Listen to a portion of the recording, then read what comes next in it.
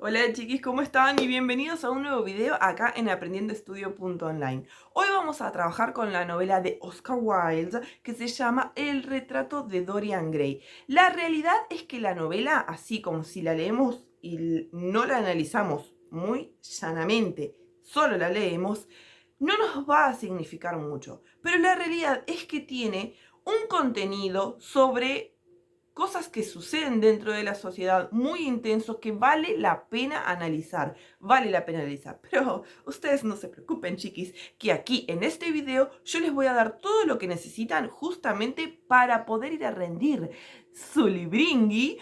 Pero además les voy a comentar cuáles fueron las cosas más importantes, o cuáles son las cosas más importantes, cuáles fueron las que yo vi y cuáles son las más importantes a tener en cuenta con respecto a lo que es los movimientos sociales. Van a ver que se van a quedar como, ¿what?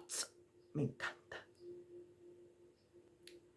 Vamos a tener en cuenta que fue escrita en 1890 y ya en ese momento existían estos problemas. Y tú te preguntarás, ¿cuáles problemas? Lo que pasa es que esta es una novela filosófica y trata sobre la obsesión que tiene nuestro personaje de permanecer bello y joven por el resto de la eternidad. ¿Eso se puede? Todos envejecemos. Pero el arte no envejece. Es por eso que esto se trata sobre la pintura de Dorian Gray, teniendo de trasfondo todo el camino que recorre nuestro protagonista, Dorian Gray. Esta novela está dividida en capítulos, en 20 capítulos. La realidad es que es súper llevadera, más allá de que no es extremadamente corta, ¿sí? Pero tampoco es extremadamente larga. Es una novela promedio, pero súper mega archi interesante. ¿Empezamos? Nuestro protagonista, y así arranca la novela, le pide a Basil Hallway, discúlpame esa pronunciación, que haga un retrato sobre él. Y aquí aparece otro personaje, que es un lord, un caballero. Lord Henry Bottom. Aquí mientras Lord Henry y Basil observan la pintura de Dorian Gray, que está en proceso, hablan sobre hedonismo. Y tú te preguntarás, ¿qué es eso? Es una corriente filosófica. ¿Y qué tiene que ver esta corriente filosófica en toda esta historia? Pues veamos la definición. ¿Qué es el hedonismo? El hedonismo es una escuela filosófica y moral que considera el placer como aquello que determina el valor moral de una acción. Eso quiere decir que no tiene que ver si algo está bien o está mal dentro de mis acciones, tiene solo pura y exclusivamente que ver con el placer que esta acción me produce, no convivir en sociedad. O sea que si yo, por ejemplo, mañana quiero salir y sacar toda mi casa a la calle e interrumpir el paso, a mí me causa placer. Mildis, los autos que querían pasar. Porque si a mí me causa placer, entonces está bien y está incluso por sobre la moral. O es mi moral, está sobre tu moral. O sea que según el hedonismo yo puedo hacer cualquier cosa que me dé placer y va a estar bien. Y sí, ¿qué es lo que querés hacer? Tengan esto en cuenta y dejemos el hedonismo para después. Aquí es donde Dorian Gray nos hace una confesión super mega archi espectacular donde se observa en esa pintura y dice, oh, qué belleza, esos ojos, qué juventud, qué belleza.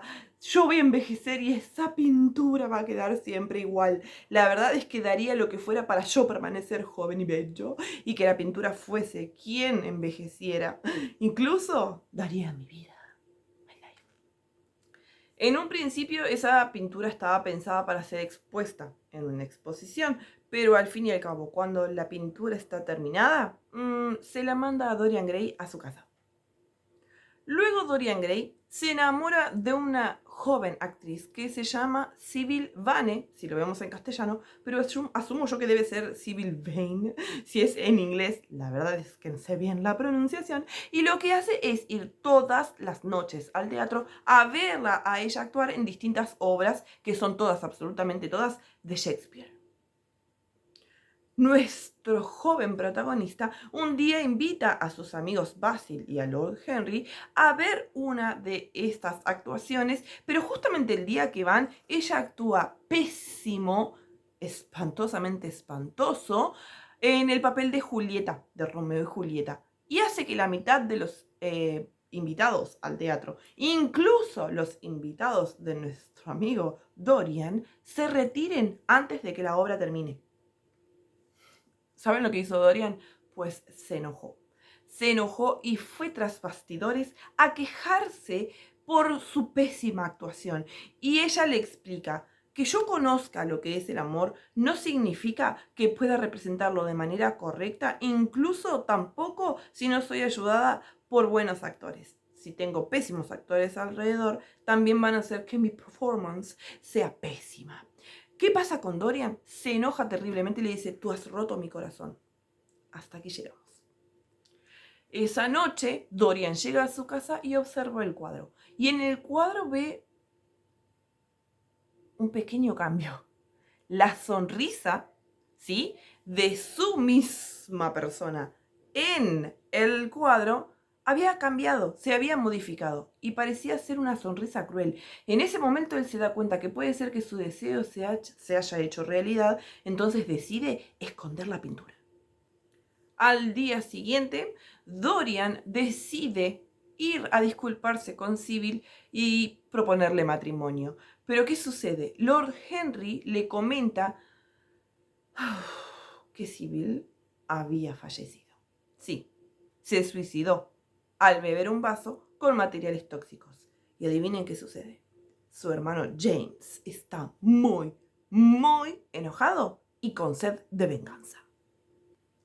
Para consolar a Dorian, su amigo Henry le presta un libro sobre los diferentes pecados que se han cometido en diferentes épocas a lo largo de todo el mundo.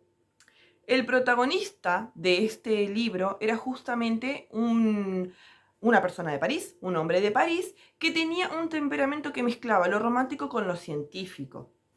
¡Qué características extrañas, pero perfectamente combinadas! Y el libro se trataba justamente de la historia de este personaje, pero que estaba contada antes de que el protagonista la haya vivido. ¡Oh! Era como una predicción. Dorian tomó este libro como su manual, pero recordemos que era un libro sobre pecados del mundo, o sea, un manual. Eso quiere decir que Dorian empezó a tener acciones terribles que se fueron plasmando, adivinen dónde, en el retrato. Hasta los 38 años de vida, él hizo estragos físicos, estragos emocionales, incluso había logrado mantener, ¿qué cosa?, su belleza y su juventud, a pesar de llevar una vida que no favorecía para nada mantenerse joven y bello. Adivinen de qué disfrutaba. Del placer sin consecuencias. Del placer sin consecuencias. Hedonismo.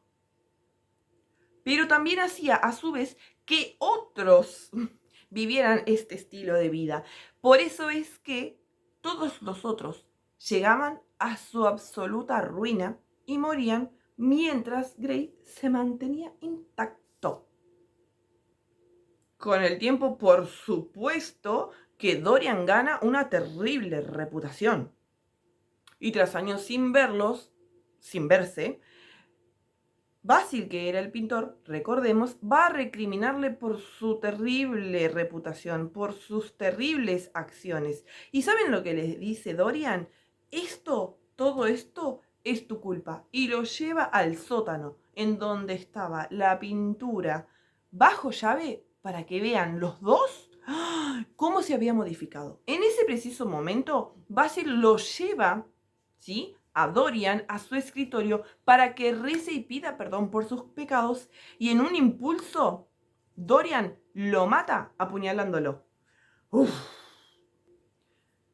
Lo que hace Dorian a continuación es eliminar todas las pruebas de este asesinato y meses después, con la conciencia intranquila, porque era su amigo, decide darle fin a todo esto